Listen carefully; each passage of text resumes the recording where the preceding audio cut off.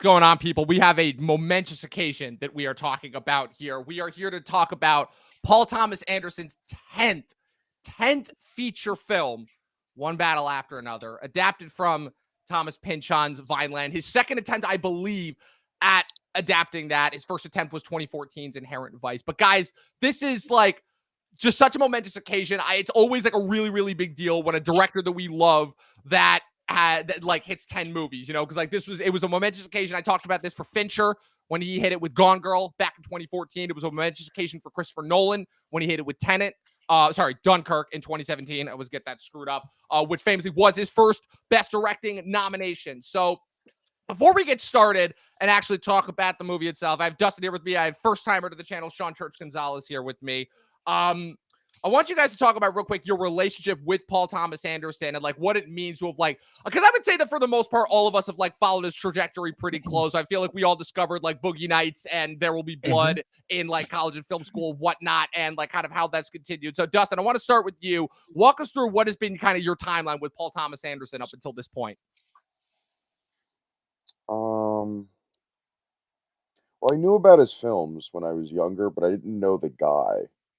That's probably it. But There'll Be Blood was like a big, huge movie when it came out, and I got into that like a couple years after it came out.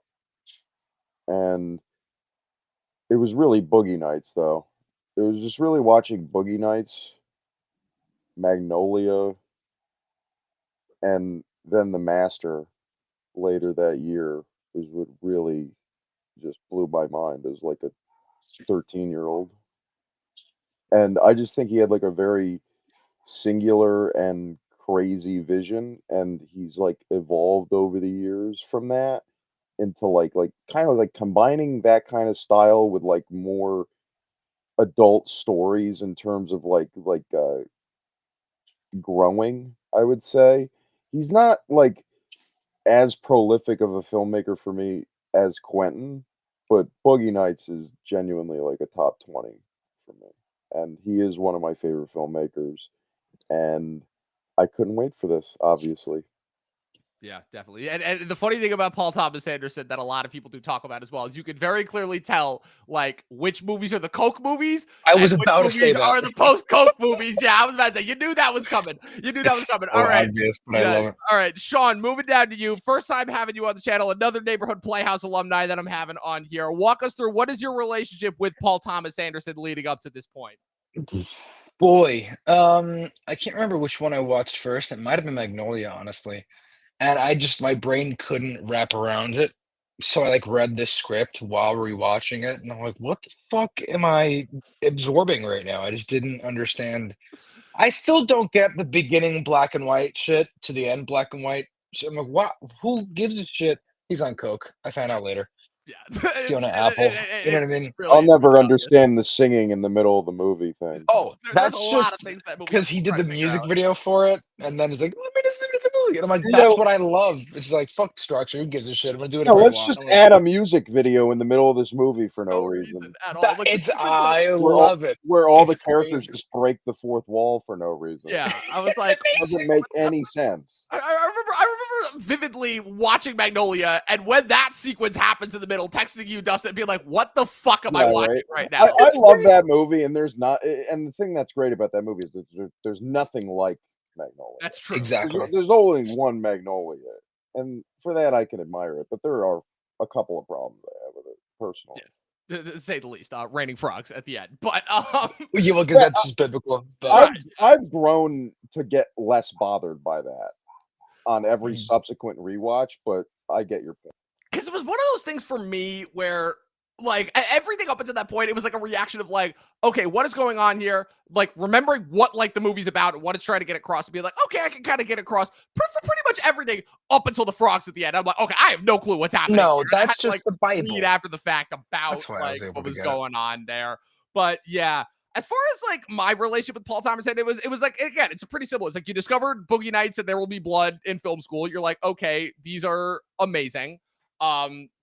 These are some of the greatest, two of the greatest movies ever made, possibly. And then like you progressively go through the rest of his film. But the interesting thing for me was that, so after I watched There Will Be Blood. I started The Master, but I didn't finish it for whatever reason, probably because I was high and fell asleep. But then I watched Phantom Thread when that came out in theaters, and that was another one where I'm like, I have no idea. I'm like Daniel Day-Lewis.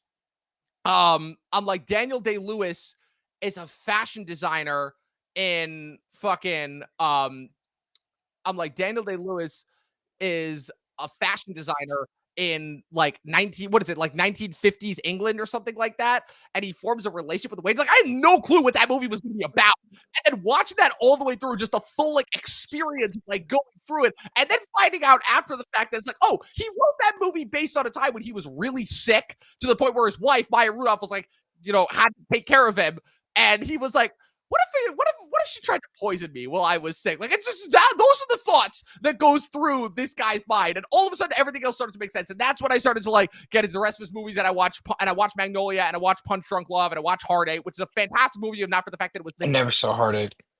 So Heartache's a really, really interesting one because you can see like the makings of like the genius that would eventually be in Boogie Nights. The problem is because the producers fucked with that final cut so hard, there feels like an entire quarter of the movie is missing. Like, the movie just jumps like the middle of like when it's starting to get its second act established right into the third act, and you're like, what is happening? And like the movie just ends, and you're like, but wait, there's like a whole like 45 minutes that's missing from here. But it's basically, so it's John C. Reilly, Gwyneth Paltrow, Philip Baker Hall, Samuel L. Jackson, and a really, really entertaining Philip Seymour Hoffman cameo in the middle of Vegas. It's genius. And again, the fact that it really showed like PTA's abilities and coming up as a filmmaker and like what he was going to be capable of doing. Like, that's the thing, is that like I feel like this specific sect of filmmakers, right? Their first film is never their best, but it always contains the seeds of what's going to make them one of the greats later on. Like, like I feel like Following is a great example of that with Christopher Nolan, where it's like, again, really, really tiny film, shot on a shoestring budget, was not released in mainstream theaters, I don't believe, but you watch that movie, you're like, this is everything that Chris Nolan is going to be as a filmmaker. And Heartache's the exact same thing. So I'm not going to say some rough stumbles there, but like, so he had like, I would say some pretty decent acclaim, like with The Master, where that gets nominated for the acting Oscars, and Dustin, that was not nominated for screenplay though, right? The Master, or was it? I could find out. I could be. You got to check that. I don't think it was, because I know Inherent Vice is the screenplay is the only thing that one is nominated for. And then I don't think it was, but you could. No, Inherent Vice was. That was nominated for, because that was adapted screenplay. No, The Master. Oh, yeah. Okay. So The Master was not nominated. Inherent Vice was nominated for screenplay. Then Phantom Thread is the big one. He gets nominated for everything. And then we get into Licorice Pizza, which is his first effort post-COVID. And that one, I would say I wasn't worried by that point, but I was like, what are we doing here? Like, what is the goal? What is the aim for this one? Like, because grooming. Yeah, because Sean, I don't think we talked about Licorice Pizza. Like, have you seen that? What are your thoughts on bro? That one? No, I liked it. I love Paul Thomas Anderson. I kind of miss his coke days, to be honest with you. No offense to his recovery, but look, hot take. Didn't like Phantom Thread. I saw it in the theaters. Really? I would never watch it again. I should rewatch it because it came out when we were young as fuck. Licorice Pizza's fine. It's cute. It's sweet. It's PTA having fun. You know what I mean? And one other one on his list. I think The Master is his top. I cannot get enough of The Master. And then Magnolia, yes. But Licorice Pizza's fun. Well, I have friends of mine who want to get Licorice Pizza tattooed on their body. I'm like, that's great. I will in no way judge you. Not Alana Haim's face, right? Well, I don't know. It could just be, I don't know what they wanted. That's so funny. She's in this one, isn't she? Yes, she is. Yes, she is. We're going to get into that. We're going to get into that because that's a whole conversation in and of itself. But real quick, because where are you on Punch Drunk Love, though? Have you seen that one? Yeah, I went through it while going through. I watched it while going through a breakup, and I just like was traumatized. Oh, like, no. Oh God, this movie is great. No. It's so bad. And then I watched Happy Together too at Metrograph while going through a breakup. You know that movie? I've heard of that. I don't think I've seen that one. Isn't that an Asian one? Yes, it is. Yeah. Oh man, what's that one about? I'm looking up the director right now. It's a Wong Kar-wai movie. Oh, that makes sense. That makes sense. And then same thing. So it was just a rough movies of killing me. But yeah, Punch Drunk Love was great. I liked the soundtrack of Punch Drunk Love was similar to this movie, One John- Battle After Another. Yeah. I like the offbeat kind of Mhm. percussion. I love that shit. Yeah, definitely. Yeah, the soundtrack of this movie is one to talk about for sure. But Yeah, it's like he told PTA told Johnny Johnny Greenwood, yep. Johnny Greenwood, hey, can you just do a John Bryan score? Do a John That's Bryan cool. score, but better. Yeah. And he somehow did, but Yeah. we'll get into it. Yeah. So Licorice Pizza was not a big fan of that one. I thought that it was my problem with that movie was a little bit too steeped in nostalgia, but for like the wrong reasons. It's like, oh, we're like remembering all like the fun like 70s moments that were problematic. Wasn't this cool? And it's like, no. Listen, I hate all Nepo kids, so fuck that movie. Oh, so what? No, You're he's great. not gonna watch anything with Cooper Hoffman now? No, he's great, and like my friend knows Hoffman's him. Whatever, like cool, good for you, bro. Oh, okay. And he's a good actor. He's a great actor. So it's jealousy by association is what it is. It's complete jealousy. Okay, now I get it. It all makes sense now. But because I saw 2 movies with him recently, one at TIFF, one obviously The Long Walk, and I'm like, I want to see that so bad. Is it really? Long Walk was good. It was solid. Yeah, it I was want to see solid. It was solid. Well, it wasn't like the greatest movie ever, the way that everybody was making it out to be, but it was solid. Let me just talk about Phantom Thread and Licorice Pizza real quick.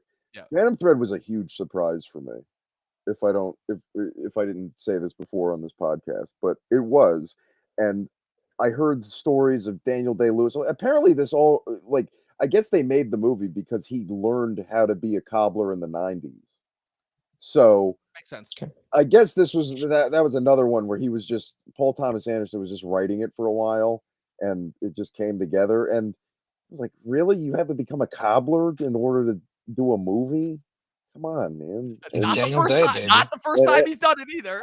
And it was really good. It was really fucking good. I haven't rewatched it in a while. I've seen it like twice, but it's very, very good and funny and unexpected and has a great breakout performance from Vicky Creeps.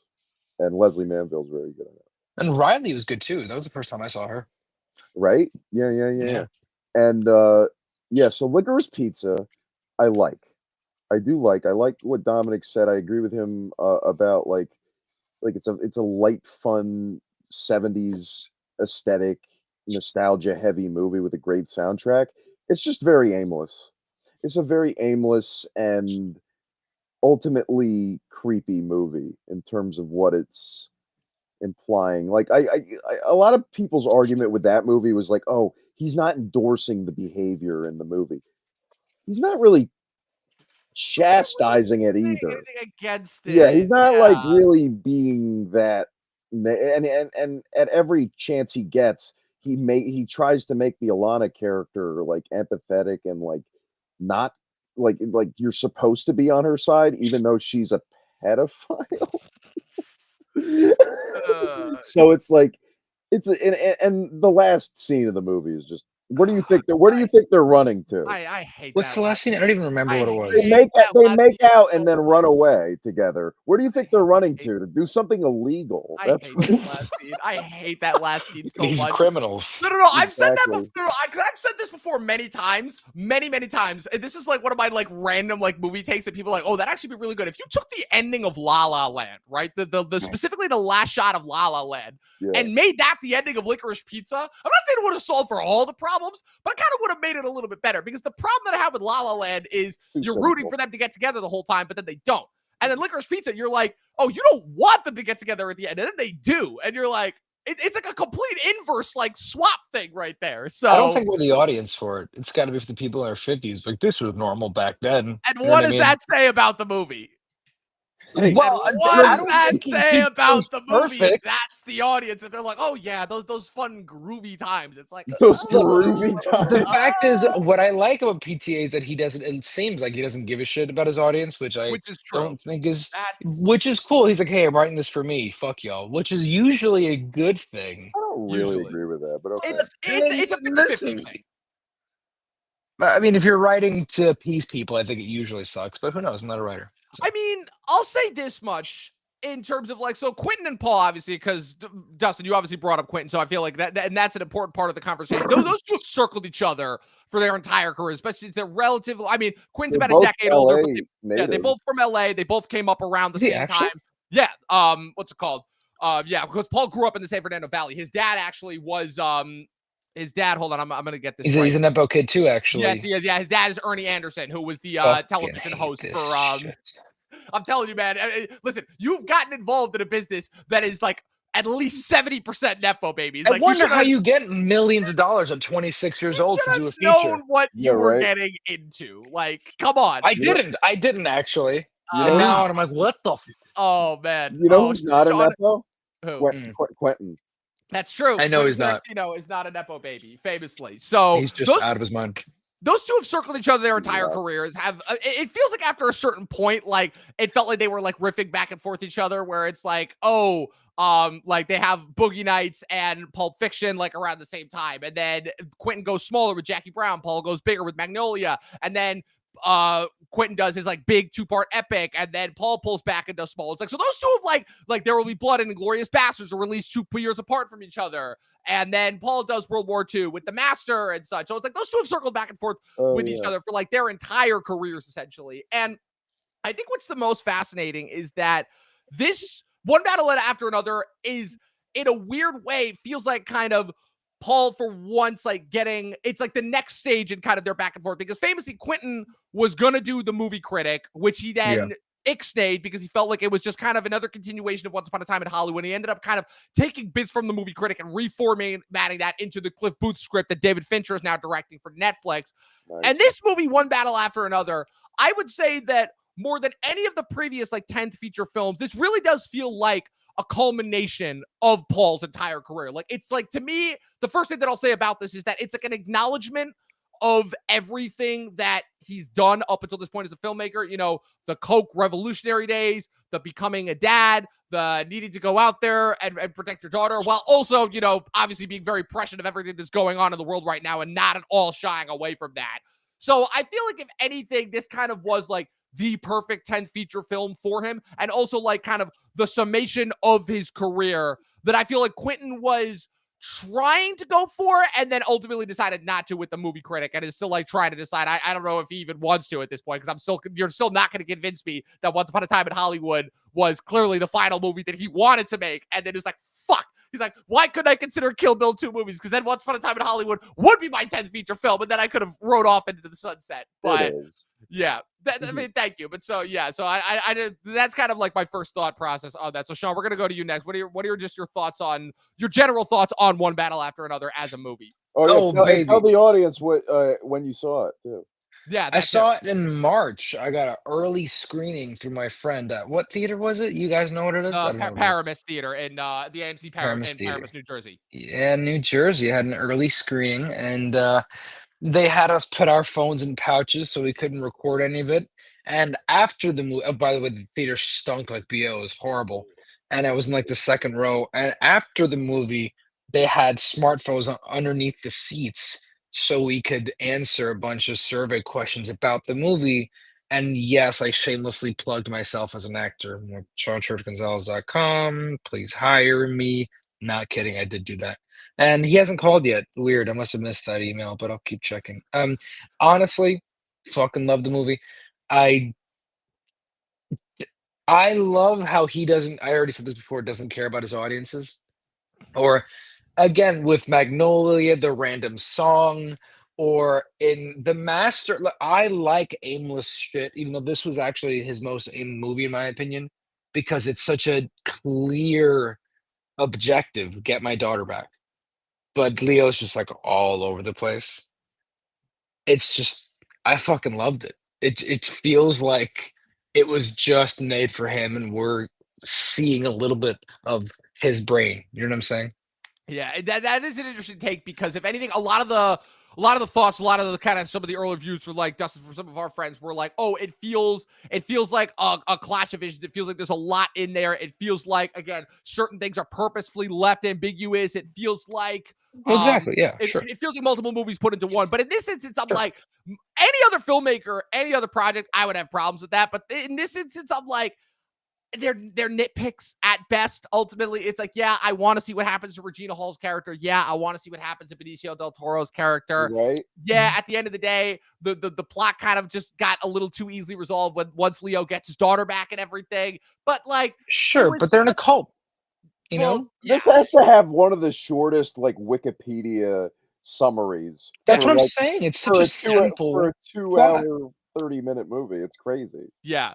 And what very well paced too, I will say, because Oh, it's one of the most well-paced 2.5-hour Totally movies agree. I've ever you seen. see the runtime, you see 2 hours and 42 minutes, and immediately you're like, oh no. But then I'm like, I check my phone, like, I'm like, oh shit, we're It's already almost too good. It's almost Mhm. too good, the pacing, and Mhm. I'll explain. It's because I would have liked a little bit more fleshing out, a little bit more, like, backstory not backstory, but, like, a little bit more scenes with Chase Infinity and Leonardo DiCaprio in the beginning before the whole thing really starts going, but I guess I know it's supposed to be on a clip. It's supposed to be deliberately, like, just, "Okay, we have to keep moving it, keep moving it. Don't worry about these little minute details." But I would have liked a little bit more meat to the bone just because of how great the pacing really was and how the score really, uh, assisted that as well and Yeah. really just kept the energy going and just this movie was fantastic. It was like just a huge step up from Licorice Pizza. I mean, 20 minutes in, 12 minutes in, we get the title drop over Alana Haim, and I'm like, why does she get the title over her? That's not cool. And then And then you remember, see what happens, you and you're remember when like, oh, you remember when I said great use of Alana Haim? yep, yep, yep, She yep. gets killed Oh off. my Yeah, fucking God. when that Fucking great. happened, I was no, because here's the Because thing. fuck As her. soon as I see her as part of the revolutionaries, I'm like, where is this going? And then once the twist happens, like when like about the hour, because that's the thing too. You could take like how long was like the first hour segment before we cut to the present with Chase Infinity? Was it like what 40 minutes, an hour, or something like Yes, it that? was 40. It was 33 minutes. I'm pretty That sure. first 33 minutes could have been like basically was a movie in and of itself. And Yeah. like It definitely when feels that like that. ends, Yeah. I'm like, oh shit, like okay, like we're That's going what I this love. way. I Yeah, love that shit. It's like Django. It's like 5-act movie. It's like, who yeah, gives a shit though? It's Well, fun. I exactly. love it, you know? yeah. Honestly, Django yeah. is a little different, but I get Yeah. your point. I think Django it's more like feels long, but Inglorious like it Bastards wants you is a to little feel different. long is the thing. Sure, exactly. That's what I mean, structure-wise. Yeah. So, all right. So I'm going to do my best to try and summarize this movie without like spoiling anything because there was a lot that happened. So essentially what you have is that DiCaprio and Tiana Taylor portray characters Ghetto Pat Calhoun and Perfidia Beverly Hills, who are members of a far-left revolutionary group known as the French 75, who are dedicated to breaking out detained immigrants from detention centers in California. However, after Perfidia humiliates the commanding officer portrayed by Sean Penn, Colonel Stephen J. Lockjaw. They end up developing a mutual sexual fascination with each other. Cut to later on, Perfidia and Pat are welcoming a daughter. Perfidia wants to keep going with the revolutionary activity. Leo wants to, understandably raise their daughter as such. Unfortunately, certain events transpire. The French 75 are ultimately caught and mostly dispensed with. Years later, Leo has been raising his daughter, portrayed by Chase Infinity, whose name is, let me get it, Willa, or Charlene is her real name. They go under assumed aliases. Raising his daughter in secret at Backtown Cross. This movie was originally going to be called The Battle of Backtown Cross before they settled on the title when Lockjaw, in an attempt to join, I gotta make sure I get this. I gotta make sure I get this group here correct. While in an attempt to join the Christmas Adventurers Club, a powerful secret society of white supremacists, Lockjaw resurfaces in an attempt to track down Willa, who he believes to be his own daughter, as well as a result of a relationship that happened between him and Perfidia. What's it called? In an attempt to extinguish any potential impurities that he may have upon himself in order to join this. And upon her being kidnapped, Leo as Ghetto Pat, or under the assumed name is Bob, is forced to team up with Benicio del Toro, Sergio St. Carlos, aka the Sensei, in order to try and track down and get his daughter back.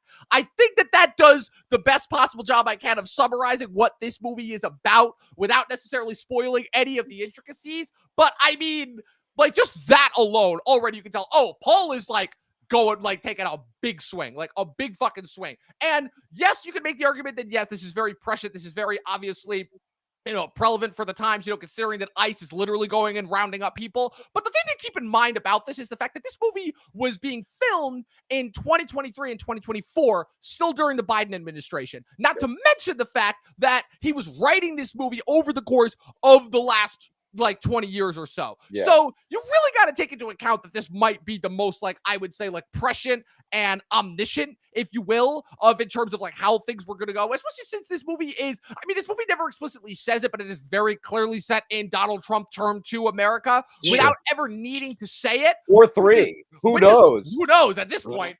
You really might not know. There are a lot of people out there who are saying there's not going to be another election, for another presidential election, but I really have to give Paul credit for being that prescient and understanding of like kind of not just the times that we are living in, but where the times we're gonna go ultimately. Sure. And still managing to make a self-contained, like, kind of character motivated story within it, and not kind of giving way to the political baggage, which could have been such an easy thing for him to do. That's the first thing. It really wasn't too preachy. I appreciate not at all that this movie wasn't preachy. It was the better Eddington for that. Yes, 100%. I loved Eddington, by the way. We were. You didn't like that. Eddington? No, you should have saw our episode, my friend.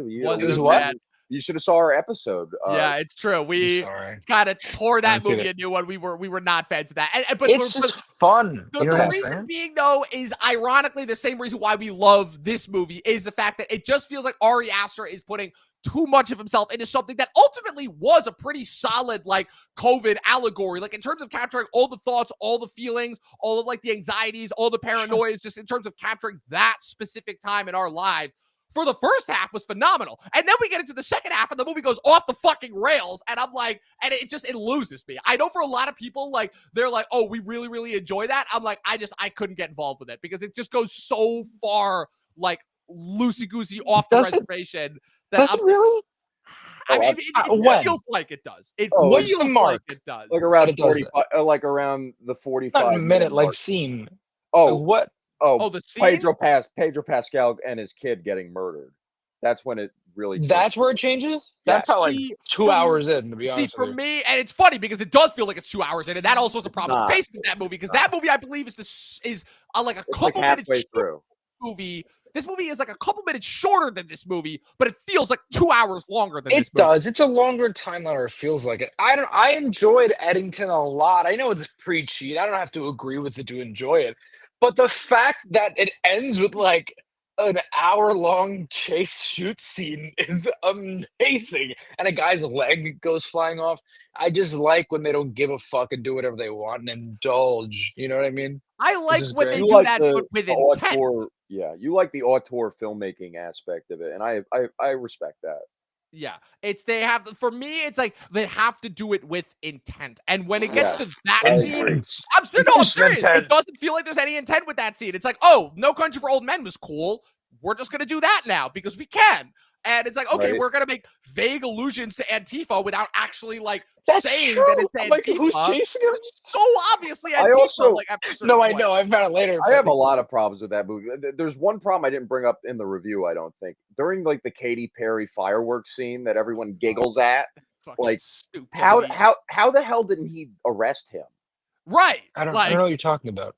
Joaquin should have arrested Pedro at that party scene. He assaulted for him. slapping him, right? Yeah. I know. I saw that too, but to me struck me as such like an insecure, guy that he wanted. You're the sheriff. Arrest him. I agree with you. Why were there only 2 cops in the town? Why were they small town? That's true. Why were they having protests in front of nobody? Like, it didn't make sense, that movie. It's like a 15 extras of a protest. I hear you. I still enjoyed it. I had fun. I never saw Bo though. Bo I love, but that's besides. I hear so many mixed things, man, about Bo. It's a wild, crazy movie. He says he loves it. It's his worst movie. It's the only movie that doesn't it's not blatantly trying to be about anything, and that's why I love it. Because all movies. Then what do you mean about attention? Yeah, I was just trying to be about anything. What are you talking about? I've defended this. I've defended this so many times. I'll do it again because Beau is Afraid is the one movie where it is such silly nonsense that it's like an M. Night Shyamalan situation where he almost stumbles into doing something accidentally that like he didn't set out to do, where he's like, I'm trying to make this movie all about like my anxiety with the world and like my bad relationship with my mother, and he ends up making this like 3-hour-long ridiculous slapstick comedy odyssey that is so like full of itself and self-indulgent, while also being like absolute nonsense. But the fact that doesn't it's make sense. not about anything.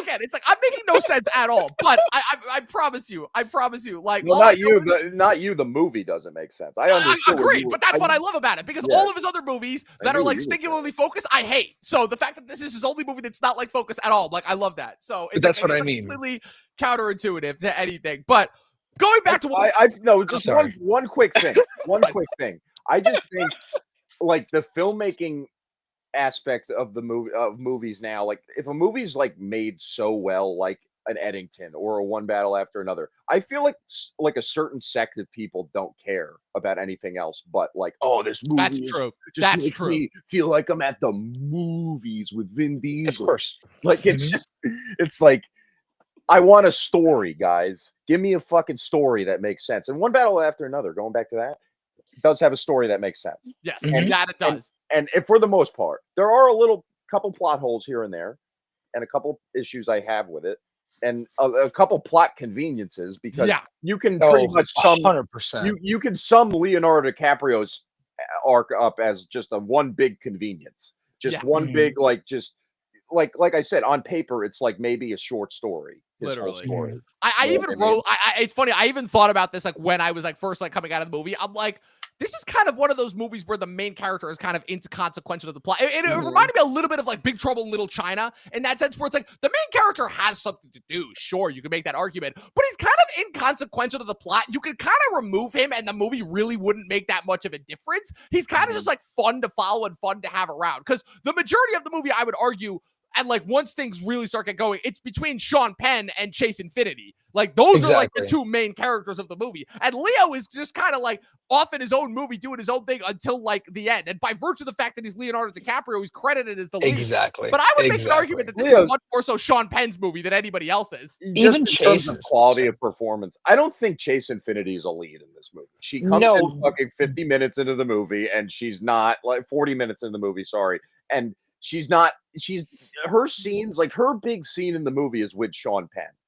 But other than that, her scenes are kind of chopped, I feel like, in terms of like, you know what I mean? That's an interesting point you bring up. And what I'll say to that is I see Chase Infinity as like the natural conclusion of the arc that started by Tiana Taylor, where I've seen this in like a couple different movies where it's like an arc is like kind of started by like a maternal figure who then like kind of passes the torch onto the child figure, whoever, and they kind of like carry the arc forward. So while it's one arc split across two characters. So while you're right, Chase Infinity, I would say is still supporting, obviously, and her big scene really doesn't come until Sean Penn because the fact of like she is so crucial to the plot, and the plot of the movie in terms of who everybody's trying to get at kind of does revolve around her. She is the MacGuffin of the movie if you're gonna go that far. I would say that's the reason why I would say that, like, because she is of such integral focus, but because DiCaprio is so far disengaged from the majority of everything that's happening. Like, he only finds out that she's been kidnapped because he gets a fucking phone call from one of the former revolutionaries, and most of the time he's like haggling with some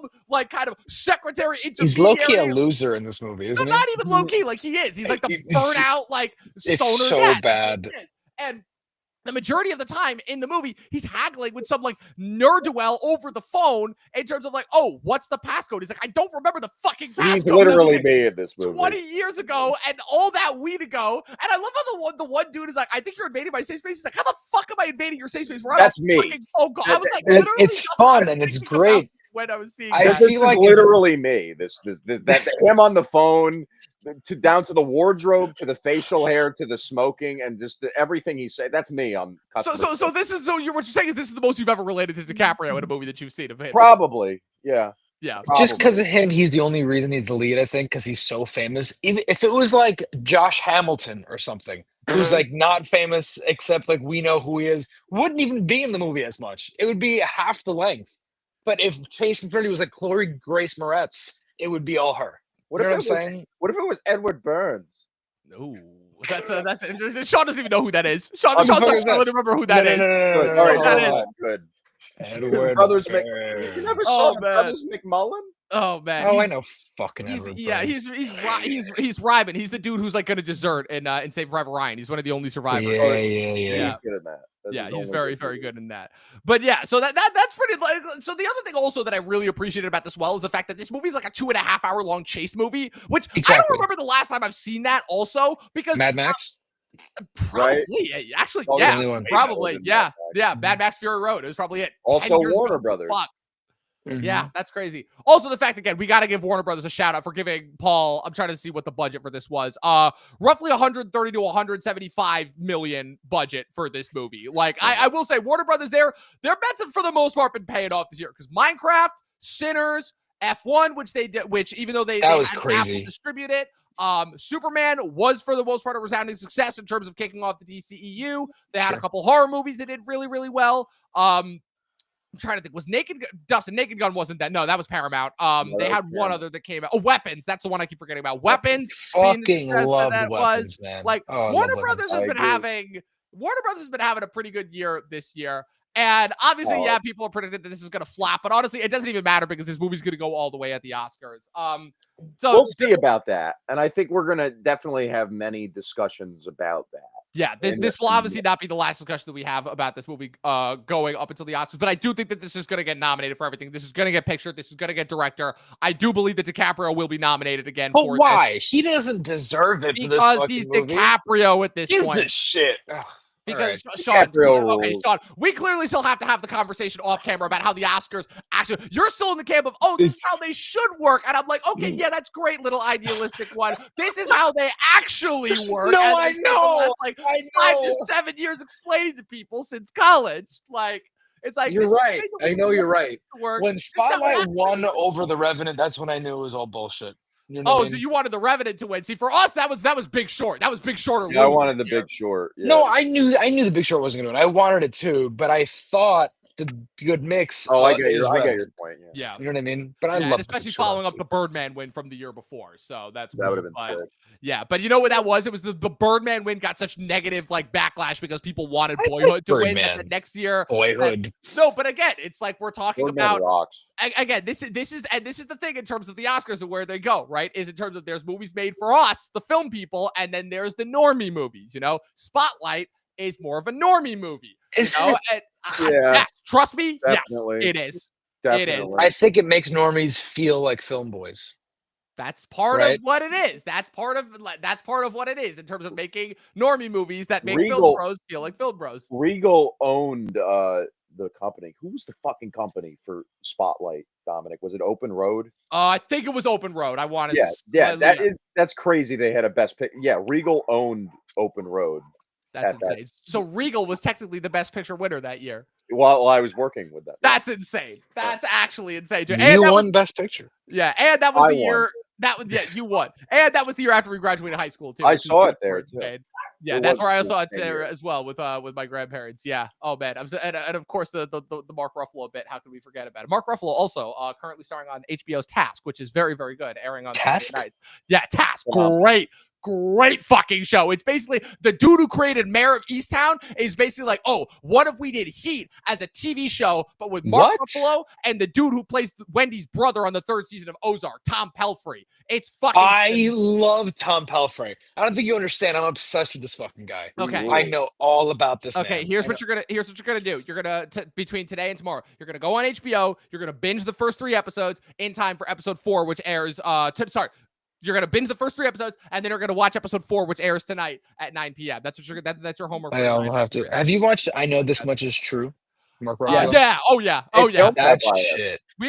That was a Hudson Valley exclusive. We had They to watch literally filmed that. Really? that. Yes. Yeah, they filmed that 2 minutes away from my house. Yes. Wow, Yeah, man. yeah. I loved that show. I had It was friends such who a bummer. worked and were background extras on that show. Like I watched every episode when that aired. Is it religiously. incredible? A great show. That It's a made my really top good 10 of that show. year. That made my Started top off 10 of that year. better, but it was a very good show. Yeah. Yeah. So real quick, I was about a couple more things that I want to talk about. So Dustin, you and I are doing our Sean Penn Hall of Fame later on tonight. So I want you to talk about Sean Penn because like All right. I've been was- watching some of his movies throughout this week and I've been a little 50-50 on them for sure. But this was one where I'm like, oh, they nailed it with him. Like he works. in terms of like what the In movie terms of or like, I'm him? like, I acknowledge them for how good they are. I acknowledge how good the performances are, but I have not loved any one of the movies that I've seen for various and assorted different reasons that have nothing to do with their quality. Yeah, you didn't love Carlito's Way. Well, I like Carlito's Way a lot, like a lot. That's probably Yeah, my but you don't favorite of love the it. ones that I watched, but I Yeah, but didn't love it. No. Yeah. Carlito's so mid, bro. What are you talking I know because I have a problem because I'm like, oh, Carlito's an idiot. Like, that's the only way that this movie works is he's a fucking idiot because he trusts He's- all the wrong people. He's also doing He brown makes face, all so the bad decisions. But not the first time though. So Oh, if yeah, we're you gonna would get be- mad at Pacino for that, go Yeah, back to you Scarface. would be Like, upset that's about I'm that. not that's mad not at the first- him. I know, but like again, I'm at De Palma. It's De Palma's decision both times. exactly. So that's what I'm saying. It's like the problem goes back to De Palma with Scarface originally. So like, You know what else is weird? Why was decades- Jack Palance always like typecast as Mexicans? Well, him and also famously Robert Loggia also playing him. And- Robert Loggia and F. Murray Abraham, who are not Cubans, playing Cubans in Scarface. And Eli Yeah, 'cause they're- Wallach, of course, in Oh, Good, the Bad, and the Ugly, which is great though. He's phenomenal. Yeah. He's That's the one where phenomenal in that. We movie. give that one a pass. We give that one a pass. Everyone loves him in that. He's phenomenal in that. But Never watched it. he's the ugly. Anyway, that's He what is they ugly. call him in that. Okay, that's not me. Okay, I but know, but the statement is funny. yeah, Sean Penn's a very important actor for me. He's one of Oh, my he's incredible in Carlito, I think. That's He's right. He's phenomenal. Kleinfeld. He's Oh, fucking amazing in that. He's absolutely phenomenal. Honestly, I Am Sam, insane. All right, all right. Fucking I Am incredible. Sam is really funny, but it's also like it is. But he's really committed to it, and and he's definitely helped by Michelle Pfeiffer and Dakota Fanning in that for sure. And sure, he's great in that. I think But- he's better in that than he's in Mr. River. And everyone's Sean- like, Mr. River. I'm like, he's Sean, good in alright, Mr. You, River. you What? gotta- Sean, you've seen Tropic Thunder, right? Yeah. So you know the line. Sean Penn, I Am Sam, went full What's the line? retard, went full retard, went home empty-handed. You really think? Why do you think he's better in I Am Sam than Mystic Rivers? Because you're like the internet people that are like, oh, is that my daughter in there? That scene I is hate so that shit. corny. Really? Like, Bro, how I would you watched react if your I've daughter watched died? it over. I've watched it over and over again. I had a friend of mine whose brother died, saw that clip, was like, oh, that's how my father reacted when he saw my brother die. I know it's real. Yeah. When he's like, I can't cry, and then he's like crying. I'm like, but you're not. I'm looking at your eyes and you're not crying. Yeah, he is. I think he's good. What he's I not. just though. rewatched it. He is. He's I crying. wasn't going crazy, but now I don't know. Now he's on roids. I don't know, dude. The guy, he's great. He's I mean, interviewing it El helped Chapo. for the movie, the part that he's supposed to be like a roided out, like kind of far No, but- right, military gentleman with a weakness, with a huge weakness for black women, which No, again is the funniest part about this I'm not movie talking for to you sure. about Sean Penn. Don't come and kill me because you know where I live. You're gonna find me. But No, please just- don't kill me. I just love Sean. I grew up with Sean Penn. I was obsessed with him since Fast Times at Ridgemont High. I'm going to talk more about that on the top 10. But going into this movie, like, yeah, this is the most satisfied I've been by a Sean Penn performance from the He was 20 great in this. since probably Mystic River, in my opinion. Like, in terms of like the monumental like achievement that he achieves with this performance and within the context of the film, I think this is his strongest film in years and strongest I agree. performance in years. And I'm just so relieved that finally this Gen Z slop addicted audiences get to finally see Sean Penn do what he did best in the 80s and 90s, because he is like a little too outspoken as a political activist and Sure. documentarian.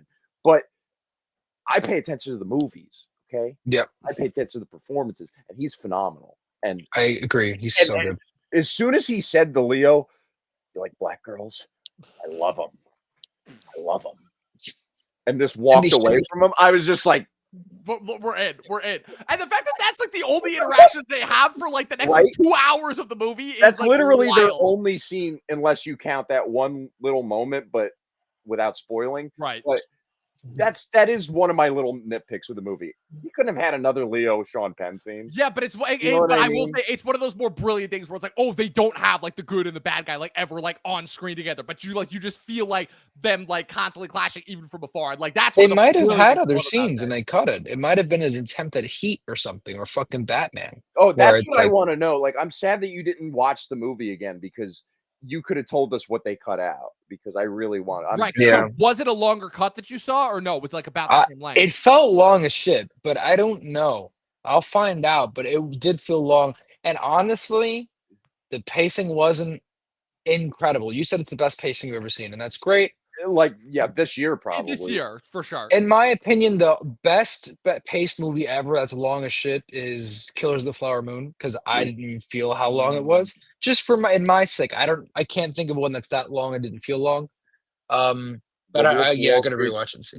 The Wolf of Wall Street's Wolf better of Wall paced. Street. Once upon a time in These are Hollywood. longer. No. No, Killers Flower is Moon's longer than longer. Wolf of Wall Street. Killers That's what I'm is- saying. Yeah. So, No, but, but they're so well I'll more say for well-paced. me, The Brutalist, I think, is more well paced. I fucking hated the pacing of The Brutalist. Really? We talked about this. Oh, I It disagree. was We the did. We director's did. cut. It was the director's mom's cut. I'm like, this is great, honey. I It's loved it. hor- I yo, love it. I fuck love it. The It was so Brutalist. well paced. I was so involved. And What Sean, do no, no, you Sean, mean? Why are Sean, we on a gangula said in this- Venice for I've no said reason? this multiple times. I've told this story so many times that I love it every time because I saw that movie with Jeremy. And in the second half of the movie, the scene in the cave, we all know what scene that is. We've all seen it. You were looking for. I lead Oh, over to the- Jeremy. Yeah. yeah. You're what is it? You are a woman of the night or something like that. You're a lady Whatever of the the name of God night. is. I lead over to fucking Jeremy, whisper in his ear. I'm like, oh, that's why they call it The Brutalist. And like we both lost it. We both completely lost it.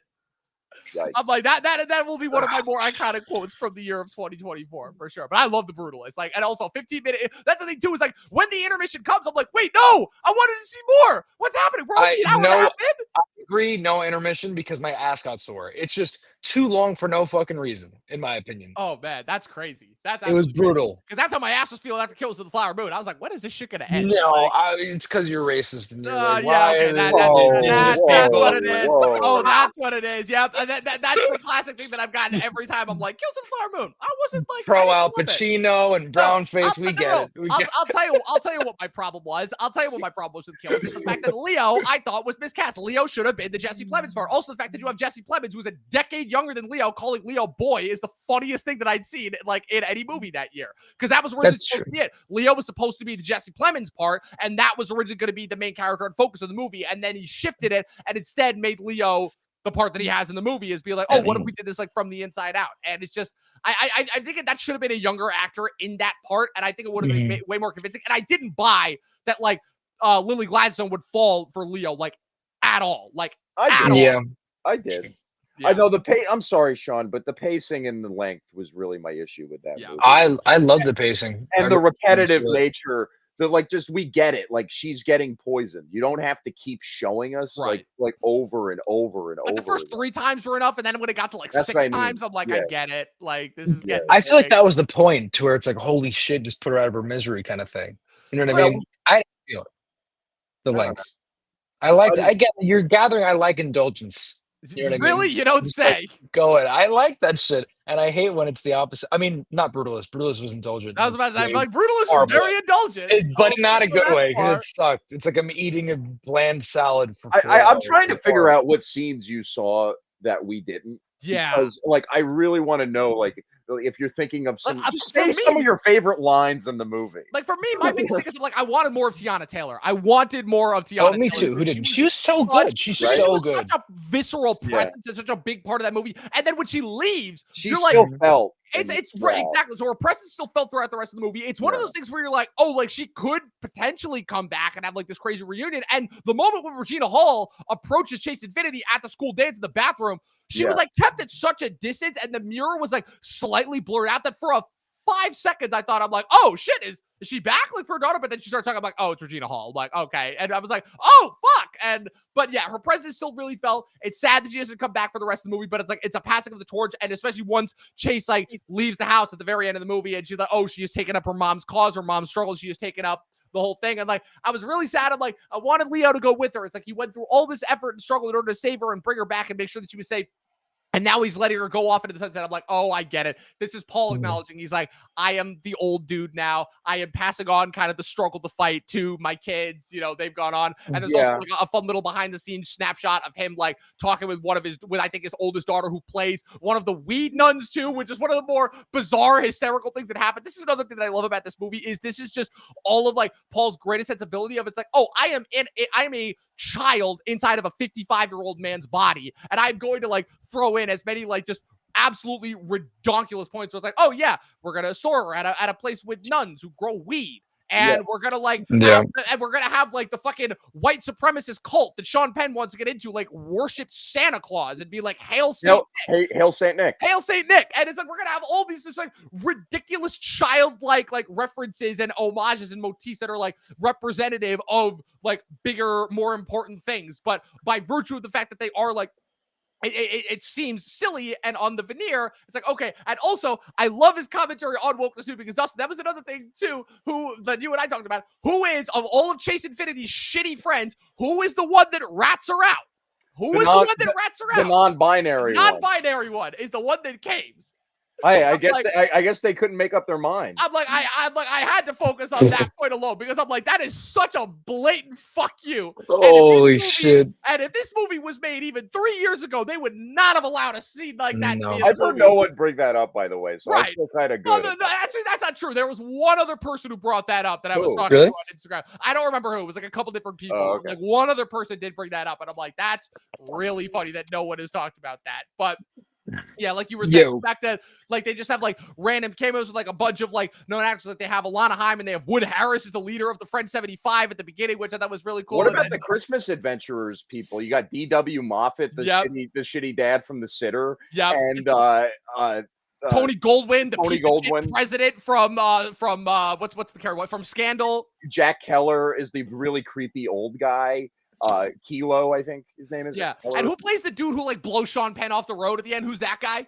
John Hogan Knocker or something, but he's great. And I wish I'm glad you brought him up because I wish he was in the movie more, and I wish his mission really felt more climactic than it did. You know what I mean? And I was sort of like unsure why he was chasing after Chase Infinity, no pun intended, at the end, because did he notice it was her, or did he notice it was the Indian's car, Avanti's I think it was that he saw it was the Indian's car. I think that's what it was.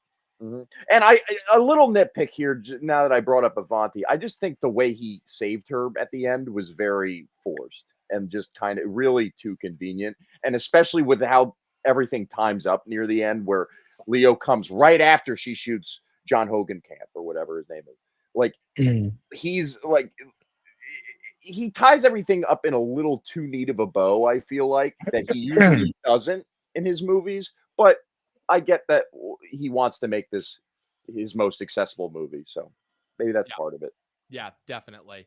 Yeah, it's definitely, I would say it's his biggest since There Will Be Blood. It's probably his most accessible, I would say, since Boogie Nights. And I would say that it is easily his most stoner dad. And like I said, in terms of the summarization of his entire career, his entire kind of everything that he's wanted to accomplish as a filmmaker, I would say that this is it. I usually don't like easily accessible movies. I feel like Licorice Pizza was his attempt at being accessible. Well, no, maybe not because of the whole perverted shit. But well, here's my one question. It's like he was making a French movie. Yeah, he's just making a love. Huh?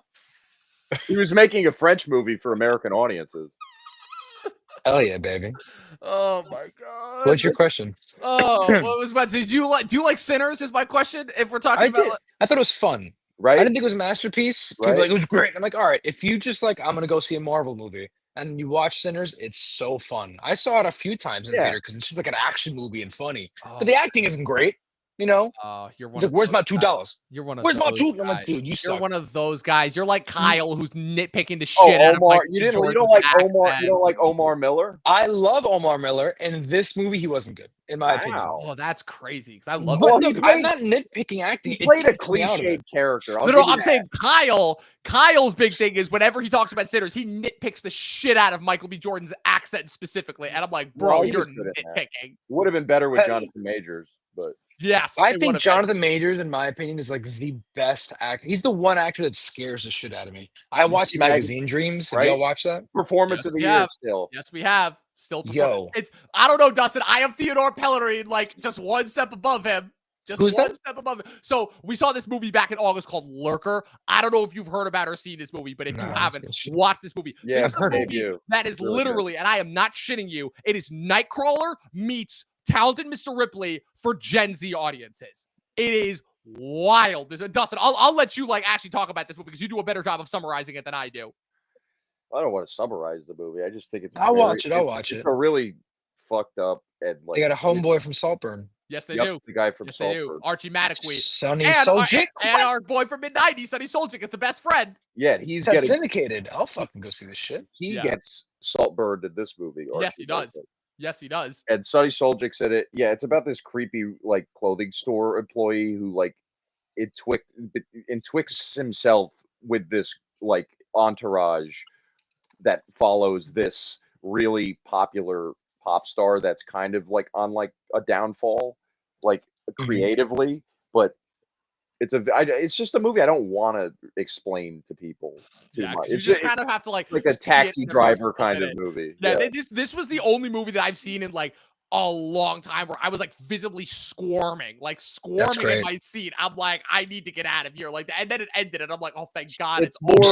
It's more than just a stalker thriller. Yeah, it's like way more. And then like this kid, Theodore Pellerin, so he's a French Canadian actor, and this kid's eye. I love when we say kid, and he's our age, but like fucking this kid's eyes, like the way that he like his eyes are like just a certain level of like wide and dead-eyed, and he is just like so fucking pointed with it.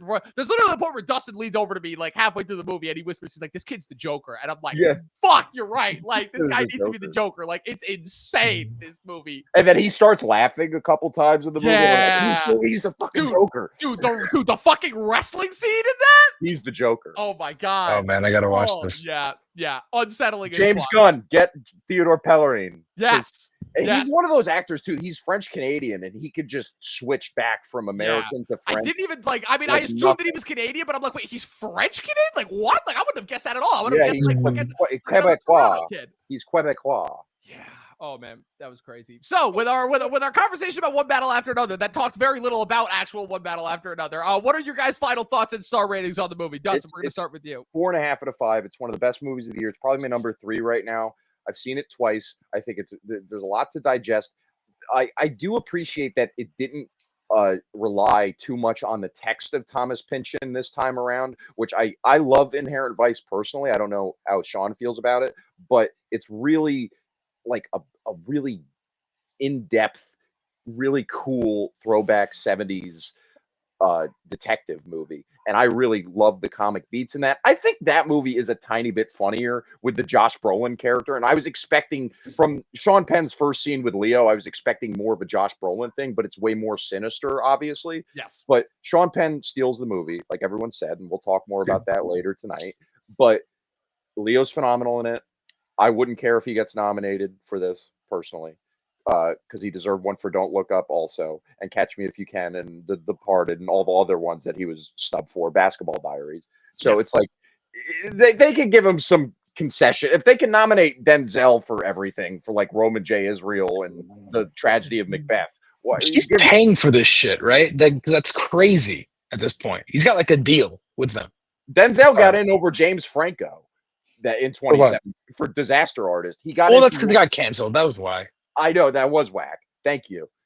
Yeah. Talkin TV. But 9.5 out of 10. I think Regina Hall could have been played by Maya Rudolph, who is married to Paul Thomas Anderson. She brings such a motherly. She's a better dramatic actress, I feel like, than Regina Hall. And honestly, I think like Regina Hall and Regina King could have switched parts with Caught Stealing. Yeah, like, I was thinking about that. I didn't even see that movie. Oh, yeah, like man. Regina Hall would have definitely been a better like dirty cop. Twist for sure, like way more surprising too in Caught Stealing. Exactly. And I was talking about that yesterday with a friend. But Tiana Taylor's presence, like you were saying, really is felt the entire time. And I just been sold by her since 1001 a couple of years ago. Everyone keeps saying that. Phenomenal. I never saw it. Yeah. It's worth seeing just because of her. The movie itself should have won the grand jury prize at Sundance. I don't know. But it was very good, and she was phenomenal in it. And she was probably a big reason why it won. But, yeah, I'm glad Tiffany Haddish didn't end up playing this role. But I do like Tiffany Haddish. But Tiana... She's in the running for it? Yes, definitely. Because she was definitely... she was talking about having meetings with Paul Thomas. Yeah, I remember when like this, she was like one of the rumored castings like early on for this movie. Yeah, So. and then it was Regina Hall and then Tiana Taylor. I was like, oh, and then you see the movie and I could just picture Tiffany Haddish saying most of the things she's saying. Pretty much. But I'm And- really glad that it's And Tiana Jason Taylor. Finity, I don't think she deserves the awards, but it's a great breakthrough performance for her. Definitely better than Alana Haim, and I liked Alana Haim's performance in this more than Licorice Pizza. So there you go. And the score is so phenomenal. It's maybe his best since The Master, I would say easily. Score wise? Yes. And I love Punch Drunk Man. Sorry. well, that was John Bryan. But Power of the Dog, I also really liked the score a lot for that movie, which was in and of itself reminiscent of his own There Will Be Blood score. But yeah, I just really dug this movie. There was some conveniences aside, like the Christmas Adventurers Club is really the element of the movie that lets you know that it is a satire. And I feel like there wasn't that big of an element of like over the top laugh at this with Eddington, other than just laugh at how pathetic Joaquin Phoenix is. And yeah, I was just very satisfied. It was a crowd pleasing movie by the end. You got to love the American Girl needle drop at the end, which also is funny. This is a Sean Penn movie with an American Girl needle drop. This is the end credit needle drop. The opening credit needle drop, when they're in the high school, is American Girl. So the beginning in Fast Times, the end here at One Battle After Another. Oh shit! Look at that perfect bookend for Yeah. careers right there. Oh shit! So Wow. strong 9 out of 10 for One Battle After Another. It's probably going to grow on me a little bit more, but it's my number 6 right now for PTA overall. Yeah, same. What's your number ones? My number 1 is Boogie Nights, followed Same. by There'll Be Blood, Punch Drunk Love, The Master, and Magnolia. For me, it's Boogie Nights, There Will Be Blood, Phantom Thread, The Master, Punch Drunk Love, and then this. Magnolia's not even on yours? No, Magnolia's my number 7. Wow. Too messy for Dominic. Dude, yep, little too messy for me. Just a little I bit. like messy. It's I like got getting my elements hands of dirty. greatness, but it's just a little too messy. I need like, It definitely I grows know on it me. is. yeah, you come on, you know me well enough at this It point. grew All right, on me for yeah, sure. all right, Sean, give us your final thoughts and your star rating on One Battle After Another out of 5, out of 10, whatever, what have you. One thing I didn't acknowledge is I think Benicio's acting was fucking Oh, great. Benicio was very good. Joe was awesome. Yeah. in this. He's like mastered, in my opinion, as someone who studied Meisner, as efficient acting of like he moves like an old man now. Like he walks old, like he got his ass whooped. And but his energy is exactly where he needed, of like the bow and everything, of like revolution, and just like, but his face isn't even in it. And dude, he's just so relaxed in every scene he's in. I just think he's so good. I think my favorite line of his is like, "We got a Latino Harriet Tubman situation going on Yeah. over here." That was Yeah. great. Yeah, That man. was awesome. No, he's fucking great. I'm in love Oh, with I like Chase- that. He called Leo White Zapata. Gringo, Gringo Zapata. Yeah. Yeah, man, it's awesome. I'm in love with Chase Infinity now. My biggest celebrity crush of all time, obviously. How Oh, old yeah. is Chase Infinity? Oh, I looked it up. 25. Believe me, Okay. she's All right. playing a 15-year-old. I'm like, oh shit, and then I was like, oh, okay, she's in her 20s. Yeah, Yeah. gotta be I careful. was there. going to say, 'cause she don't look 16. No, she looks No. older. But I loved how focused it was, but also not caring to be all over the place. I kind of like all the unresolved little things because it shows that there's a life outside of what we're seeing, in One Battle After Another. Yeah. So for me, it would be 4 out of 5 because I Oh. know that DiCaprio kind of always makes directors and writers rewrite their movies so they make his character more the central of the story, which I'm sure you guys know that. He made Nolan do that. He tried to get James Cameron to do that. So it's just like, I know he most likely did that here. And like when you think about it, I think the only person he didn't make do that is Tarantino or Django. And even then he probably did too. So I think that's why, as you said, it feels like 2 different storylines because he just like needs that, which I get it. But anyways, yeah, I'd say 4 out of 5. I think he does that when he's a producer on a movie. I don't think he did that here. He did that way more with Killers, guaranteed. Did he do that with Inception though? I don't know I'm if he sorry. did it. I don't know if he I- did it with Inception, but I know he made him write, but I don't know if he produced it, is what I'm saying. I don't know think he made was him a rewrite it. producer on Inception. But I he don't- made him rewrite a lot, and no one was complaining about it in an interview. I'm like, yeah, he's fucking making me redo that I shit didn't know. just for him. Okay. Yeah. That's interesting. So it makes sense once you watch movies like this. Yeah, definitely interesting. But As far as my final thoughts, really just a couple notes that I just wanted to throw out there. Like in this movie, it's so funny and yet so strangely immature. the way that certain characters in this movie are speaking like children intentionally so it works. The fact that he can balance a goofy stoner dad saving his kid movie with a story that involves fascist crackdowns on immigration and a secret Nazi cult that controls the highest levels of society. Yes, it's satire, but it's like, is it really after a certain point? It is. And at the end of the day, we always have to celebrate when a director hits 10 movies. And this is like, I think, probably the biggest instance that we've had of this, probably since Once Upon a Time in Hollywood, which I know technically his 9th, but yeah, it's. I'm just glad it wasn't preachy. It just didn't feel preachy. It was just fun. Yeah, so it didn't easily fun by the end of the movie. Yeah, it was just fun at the I end. wasn't thinking about a message, you know what I mean? I was just Yeah. like, hell yeah. I'm just glad that a good old fashioned fucking badass movie came out. Just like, Yeah. I'm just really glad. Yeah. Totally agree.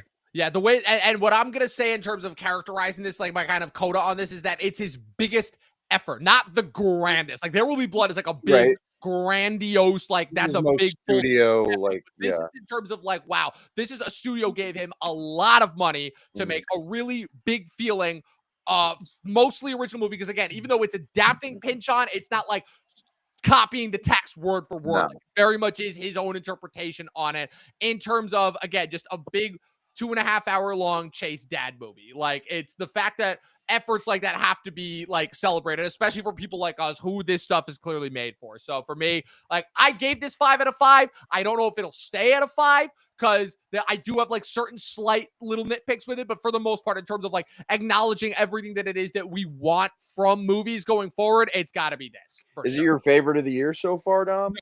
I have it at like number 6 or 7. I still like No Other Choice, Weapons, Caught Stealing, Sinners. I still have Sinners ranked over this, but this will make my top 10 of the year for sure. It's just a matter of like, last time I saw your list, Sinners was 1 with no other. It's still 1. It's still 1. It's going to be 1 for you. Not Weapons. I thought Weapons was better.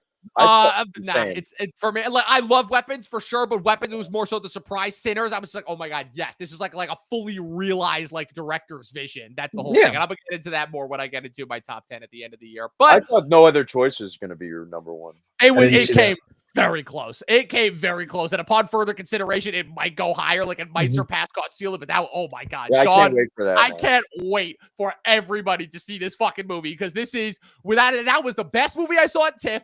It won the International Choice Award, and this is going to be the movie that finally gets Park Chan-wook's directing nomination, like beyond a shadow of a doubt. Like, I don't think I've ever seen any of his other movies. Old Boy?